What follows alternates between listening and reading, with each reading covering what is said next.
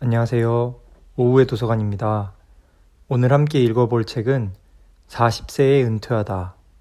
김선우 지음 21세기 북스 출판사입니다. 저자 소개를 하겠습니다. 김선우. 남들 하는 건 어떻게든 흉내라도 내고 남들 안 하는 건 일말의 의문도 없이 절대로 안 하는 무난한 삶을 살았다.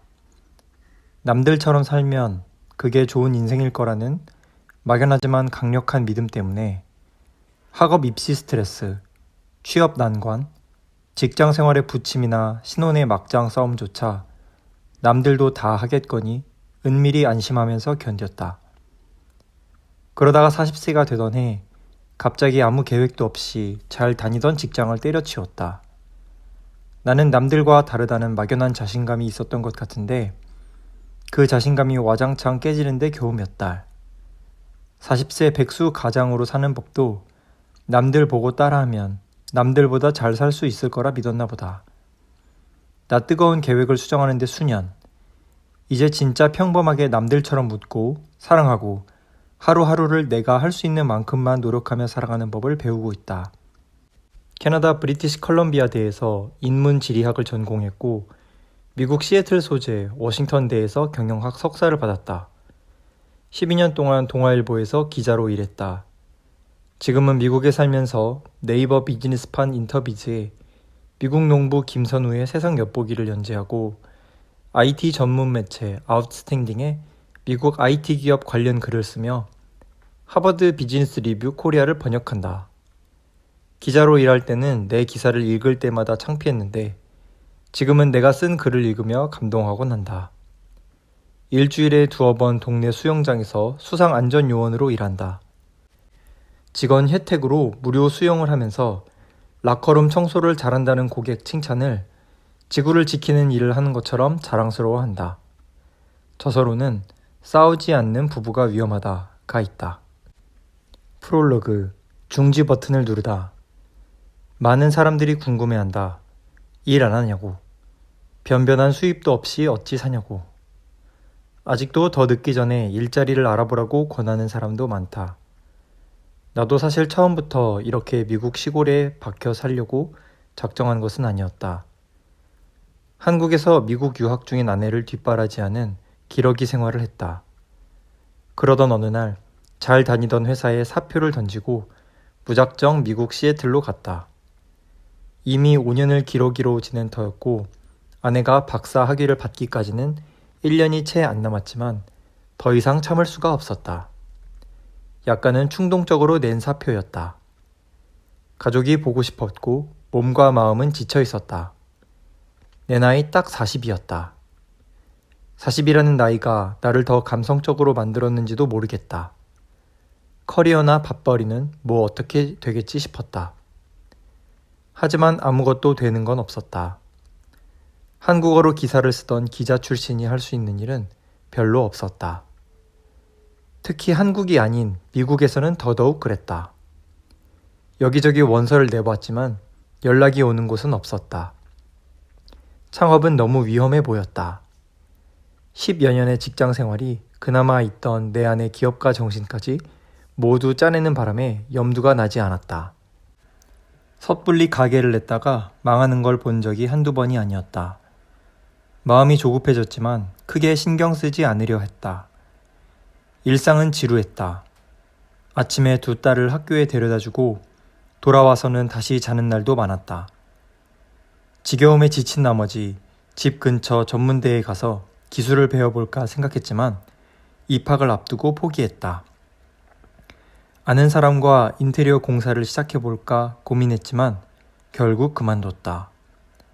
아마도 내 안의 자부심, 말도 안 되는 엘리트 의식, 가보지 않은 길에 대한 부담감, 겉멋등이 마지막 순간에 걸림돌이 되었던 것 같다. 절박하지 않았던 걸까? 넘쳐나는 시간에는 잡생각만 끊이지 않았다. 왜 난 취직이 잘 되는 공대를 가지 않았을까? 왜 하필이면 수많은 직업 중에 다른 분야로 바꾸기 힘든 기자를 택했을까? 후회만 들었다. 그런데 시간이 지나자 생각이 바뀌기 시작했다. 미국이라는 새로운 공간에 와서 한국에서의 삶을 객관적으로 살펴보니 과거의 내가 한심했기 때문이다. 왜 나는 도대체 하루 12시간 넘게 주말에도 회사에 있었을까? 물론 전부 일만 한 건 아니었다. 누가 나의 퇴근을 막지도 않았고 주말에 나오라고 하지도 않았다. 왜 나는 별로 공부하고 싶지도 않은데 대학원 박사 과정에 등록해서 일하랴 공부하랴 힘들게 살았을까? 왜 가족을 멀리하고 회사를 가까이 하게 되었을까? 왜 고급 수입 자동차를 타고 싶었고 해외여행을 다녀야 했을까?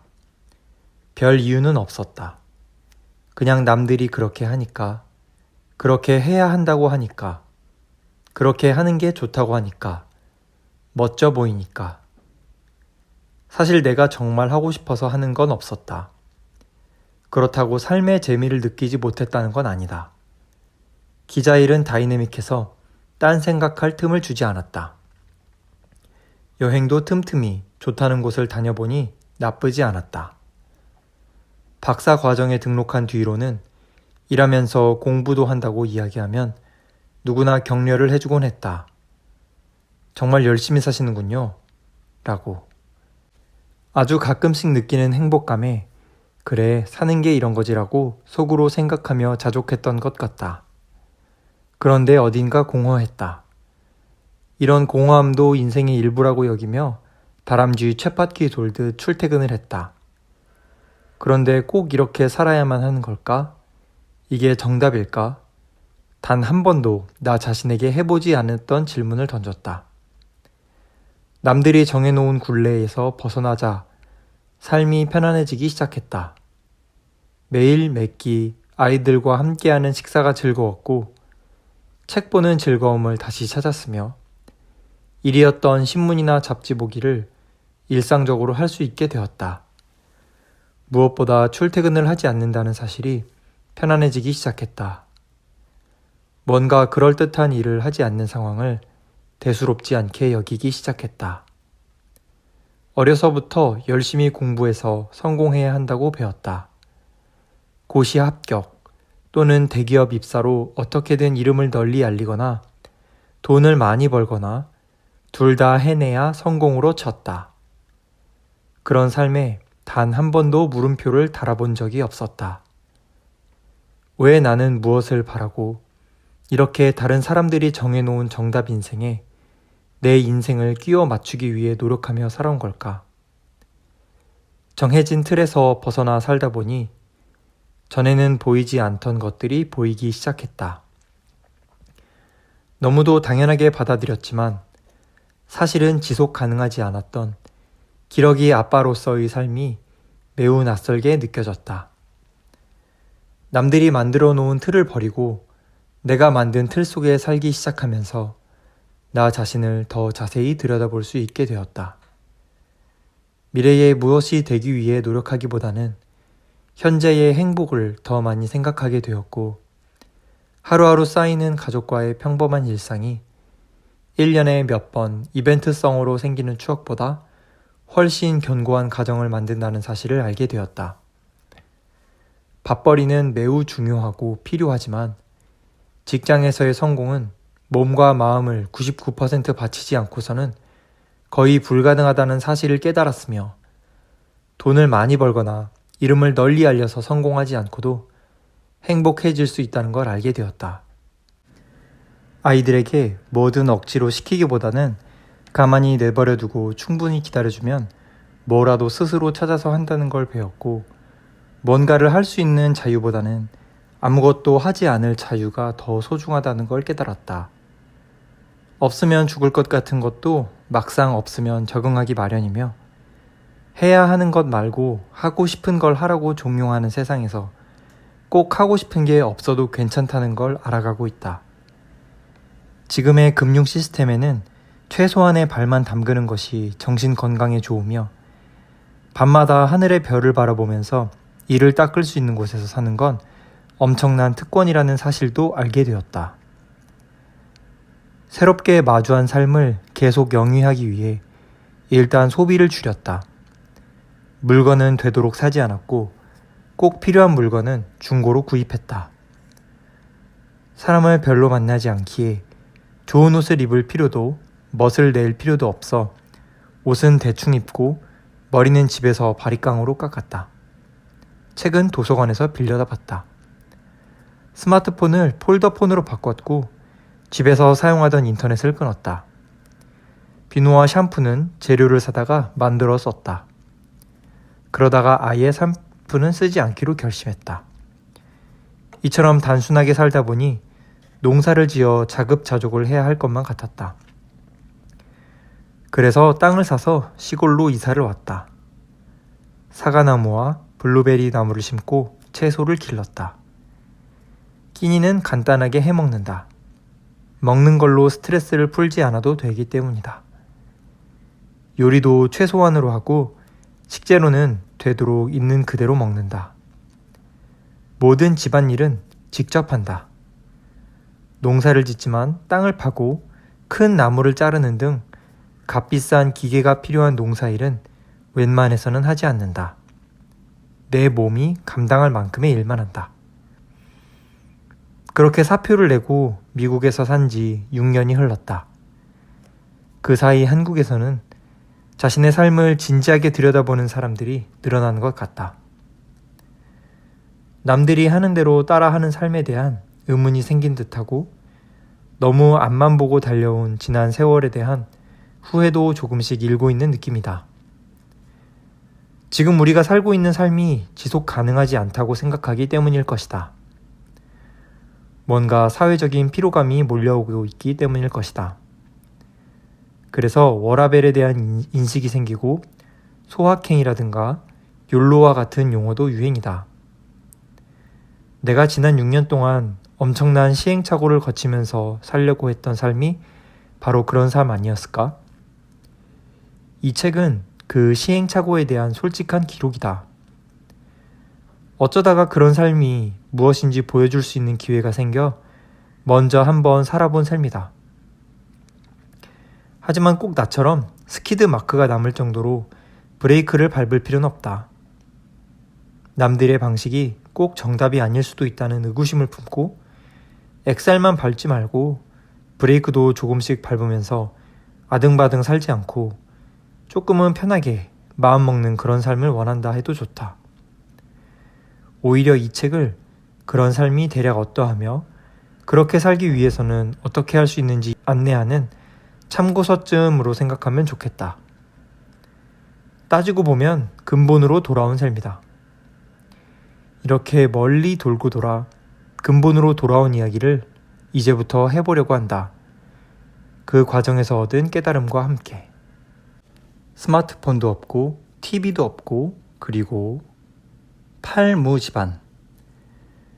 은퇴에 관한 경제 기사들은 대부분 현재의 생활 수준을 유지하려면 한 달에 얼마가 필요한지에 대해서 시작한다. 하지만 은퇴 후에 은퇴 전의 생활 수준을 유지하기란 거의 불가능하다는 사실을 직시해야만 진정한 은퇴를 할 수가 있다. 따라서 소비를 줄이는 건 40세부터 일을 하지 않기 위해 할 수 있는 가장 중요하고 필수적인 일이다. 내 삶을 자세히 관찰하고 세밀하게 들여다보면서 치열하게 고민하지 않으면 도저히 할 수 없는 일이기도 하다. 처음에는 팔다리를 자르는 것 같은 고통이 따르기도 하지만 적응하면 편해진다는 점도 기억하면 좋다. 그렇다고 무조건 극도의 긴축 재정을 시행하는 건 너무 재미가 없었다. 그래서 돈이 부족한 대신 일을 하지 않아 시간이 많기 때문에 시간으로 때울 수 있는 건 일단 시간으로 해결했다. 시간이 많으면 기술이 부족하더라도 천천히 조금씩 하면 된다. 예를 들어 시간이 많으면 요리할 때 굳이 전자레인지가 필요 없다. 만들어 쓸 수 있는 건 만들어 쓰고 빌릴 수 있는 건 빌렸다. 소비와 소유를 줄이면서 물질로부터 얻고 싶은 욕망의 크기 자체가 작아졌다. 경이로운 경험이었다. 남아도는 시간으로 물질 대신 사람에 집중하고 관계와 경험에 방점을 뒀다. 그러면서 소비를 줄이는 건 꼭 비참해져야 하는 일이 아니라는 걸 배웠다.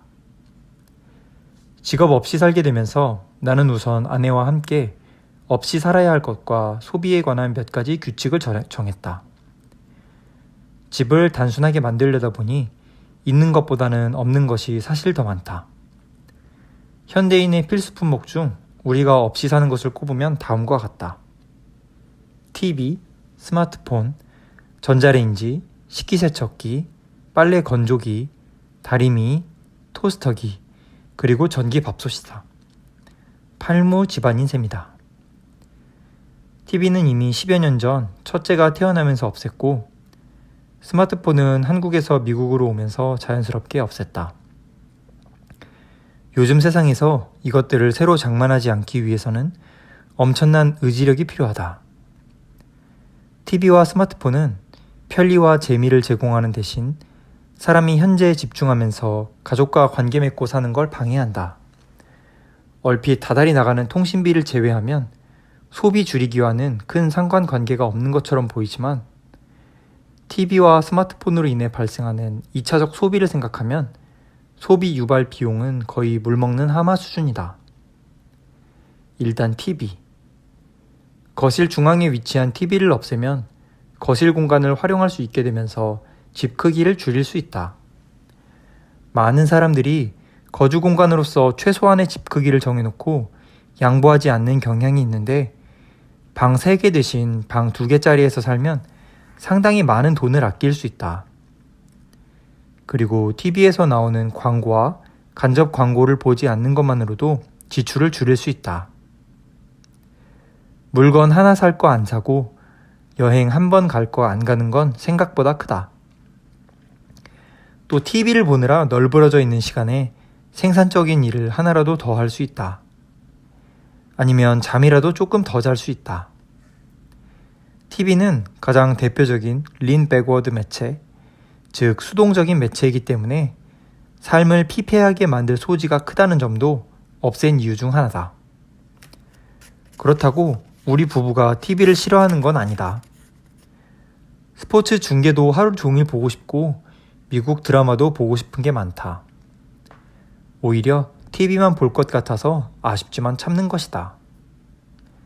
한번 꾹 참고 TV를 없애자 놀라운 일이 나타났다. 아이들이 지겨움에 지쳐 책을 집어들었다. 나와 아내는 더 많은 대화를 나누고 아이들과도 더 많이 논다. 그 대신 멍 때리는 시간이 늘었다. 그런데 살면서 멍 때리는 시간은 꼭 필요하다고 한다. 심리학자들은 멍 때리는 행위가 질서를 만들고 싶어하는 우리의 무의식을 해방함으로써 더 자유롭게 만든다고 이야기한다. 세계 최고 부자인 워런 버핏과 빌 게이츠는 가만히 앉아 공상하는 시간을 스케줄에 포함시킬 정도다. 나도 외부 자극이 없는 내부 성찰의 시간을 갖게 되면서 마음이 많이 편안해졌다. 물론 아이들이 어렸을 때는 고충도 있었다. 아이들은 친구 집이나 공공장소에서 TV를 마주하면 넋을 놓고 봤다. 다른 아이들이 거들떠도 보지 않는 TV를 촌스럽게도 처음 보는 것 마냥 빠져들었다. 거기서 끌고 나오기가 너무 힘들었다. 그래도 집에 TV를 두는 일에 비하면 아주 작은 고충일 뿐이다. 아이들이 커가면서는 학교에서 왕따를 당하지 않을까 두렵기도 했다. 다행히 그런 일은 일어나지 않았다. 요즘에는 케이블 없이 공중파만 보는 사람도 많다고 한다. 하지만 케이블을 끊느니 아예 TV를 없애는 편이 낫다. 공중파가 나오면 그거라도 보기 위해 쓸데없이 시간을 낭비하기 때문이다. TV를 보지 않기 위해 골방에 TV를 넣어 놓았는데 온 가족이 골방으로 모여들었다는 이야기도 들었다. 그만큼 TV는 없애기가 힘들다. 하루 종일 TV가 켜진 삶에 너무나 익숙해져서 TV가 없는 삶을 상상할 수 없을 따름이다. 하지만 스마트폰과 함께 TV만큼 가족의 소통을 방해하는 물건은 없다. 요즘에는 다른 전자기기로 수많은 스트리밍 콘텐츠를 소비하지만 그럼에도 TV는 여전히 집안의 중심적인 회방꾼이다. 다음으로 스마트폰. 나는 스마트폰 대신 폴더폰을 쓴다. 일을 하지 않기 때문에 스마트폰을 쓸 이유가 없다. 가끔 밖에서 통화할 일이 생겨 전화를 꺼낼 때 모두가 쳐다보는 창피함만 조금 감수하면 된다. 통신비도 스마트폰의 절반이 채 안 된다. 문자 메시지를 받을 일이 없고 보내는 건 고역이기 때문에 요금제에서 문자 옵션을 제외한 덕분이다. 스마트폰 역시 들여다보지 않으면 인터넷 쇼핑을 덜 하게 되고 게임도 안 하게 된다. 은근히 많은 돈을 쓰는 주변 기기 구입에 대한 걱정도 할 필요가 없다. 아이들을 동영상이나 게임으로 유혹하는 기기가 없다는 점은 장점이다. 할 수 있는 자유보다는 하지 않을 자유. 한 중소기업의 A 사장이 들려준 이야기다. 시골 출신으로 고등학교만 나온 A 사장은 무일푼으로 상경한 뒤 고생 끝에 작지만 탄탄한 기업을 일궈서 지금은 남부럽지 않은 삶을 살고 있다. 명절에 고향에 가면 동네에서 가장 성공한 사람으로 모두가 우러러본다. A 사장의 고등학교 동창 중에는 고향에서 세 아들과 함께 방앗간을 운영하는 친구가 있다. 큰 돈을 버는 건 아니지만 어렵지 않게 살면서 집 주변 밭에 농사를 지어 자급자족을 하고 있다. 친구의 세 아들은 모두 대학을 가지 않았지만 결혼해서 아이를 낳고 이웃에서 살고 있다. 그래서 친구의 집은 항상 손주들로 북적인다. 반면 A 사장의 딸은 명문대를 나온 뒤 결혼해서 미국에서 살고 있고 아들은 결혼할 생각이 별로 없다. 요즘엔 그 친구가 부러워. 내가 성공했다고는 하지만 자식들과 손주들을 곁에 두고 오손도손 사는 게 진짜 성공이 아닐까 싶어. 기자 시절에는 이 이야기에 큰 의미를 두지 않았다. 그런데 요즘에는 가끔 생각한다. 과연 어느 쪽이 더 성공한 삶일까? A 사장은 친구를 부러워하지만 친구는 서울의 강남 고급 아파트에 살면서 기업체를 운영하고 외제차를 타는 A 사장을 부러워할 것이다. 대한민국 사람들의 99%는 A 사장이 더 성공했다고 하지 않을까? 나도 그랬을 것이다. 사표를 쓰고 여기 시골에 오기 전까지는. 하지만 이제는 두 딸이 나중에 결혼하더라도 어떻게든 모든 식구가 가까이 사는 무서운 꿈을 꾸게 되었다. A 사장처럼 성공한 삶을 꿈꾸며 살았지만 이제는 그런 삶보다는 작고 소박하고 게으른 삶이 더 좋다. 그 유명한 멕시코 어부 이야기의 어부가 된 것이다. 미국 투자은행의 한 임원이 멕시코 바닷가 마을에 놀러 갔다. 한 어부가 혼자서 고기를 몇 마리 잡아 들고서 집으로 가고 있었다. 미국 임원은 그만큼 잡는데 시간이 얼마나 걸리느냐고 물었다. 멕시코 어부는 잠깐이면 된다고 했다. 그러면 더 오래 바다에 나가서 고기를 더 많이 잡지 그러세요? 이거면 우리 식구가 먹고도 남는걸요? 그럼 나머지 시간에는 뭘 하세요? 늦잠을 자고 아이들과 놀고 아내랑 낮잠을 자고 저녁이면 친구들과 어울려 술을 마시며 기타를 치죠. 미국 임원은 멕시코 어부가 참 안 되었다는 듯 고기잡이에 시간을 좀 더 들여 이익을 낸 뒤에 더 큰 배를 사고 큰 배에서 생기는 이익으로 여러 척의 어선을 사라고 충고했다. 잡은 생선은 중간 상인에게 팔지 말고 통조림 사업을 시작하라고도 했다. 생산 공정 및 유통을 직접 관리하고 조그만 어촌을 떠나 멕시코 시티로 미국으로 진출하면서 사업을 확장하라는 것이었다. 멕시코 어부가 물었다. 그걸 다 하려면 얼마나 걸리나요? 미국 임원은 15년에서 20년 정도 걸린다고 했다. 그럼 그 다음에 뭘 하나요? 멕시코 어부가 물었다. 미국 임원이 웃으며 적절한 시기에 주식을 상장해 큰 부자가 될 수 있다고 했다. 그 다음은요? 미국 임원의 답은 다음과 같았다. 그 후엔 은퇴를 하는 거예요. 늦잠도 자고 아이들과 놀아주고 아내와 낮잠도 즐기고 저녁이면 마을에 나가서 친구들과 어울려 술을 마시며 기타도 칠 수 있죠. 인터넷에 여러 가지 버전이 있지만 기본적으로 이와 같은 뼈대를 가진 이야기다. 멕시코 어부와 같이 천천히 쉬엄쉬엄 놀면서 사는 삶은 꼭 60세가 넘어서 은퇴한 뒤에만 시작할 수 있는 건 아니다. 그 전에도 얼마든지 할 수 있다. 미국 임원은 자꾸 뭔가 할 수 있는 걸 더 함으로써 멕시코 어부의 삶을 성공으로 이끌고 싶어 했지만 멕시코 어부는 아무것도 하지 않음으로써 자유를 만끽하는 삶을 살고자 했다.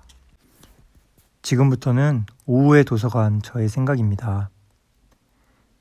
2020년 중국에서 코로나 바이러스가 창궐하기 시작했습니다. 이 질병이 인류의 존속을 위협시킬 것이라는 공포가 팽배했습니다. 이에 대한 반작용으로 주식시장은 폭락했습니다. 각국 정부는 화폐량을 늘려 자국의 경제를 보호하기 위해 노력했습니다.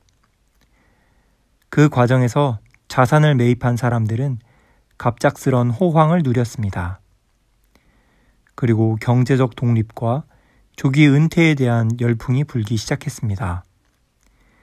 특히 비트코인을 비롯한 가상자산 세계에서 큰 돈을 번 젊은 사람들이 생겼습니다.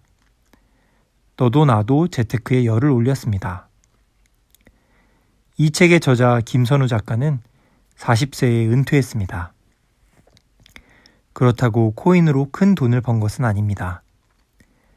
그저 서울에 집 한 칸 있는데 그것이 시간이 지나면서 가격이 많이 올랐습니다.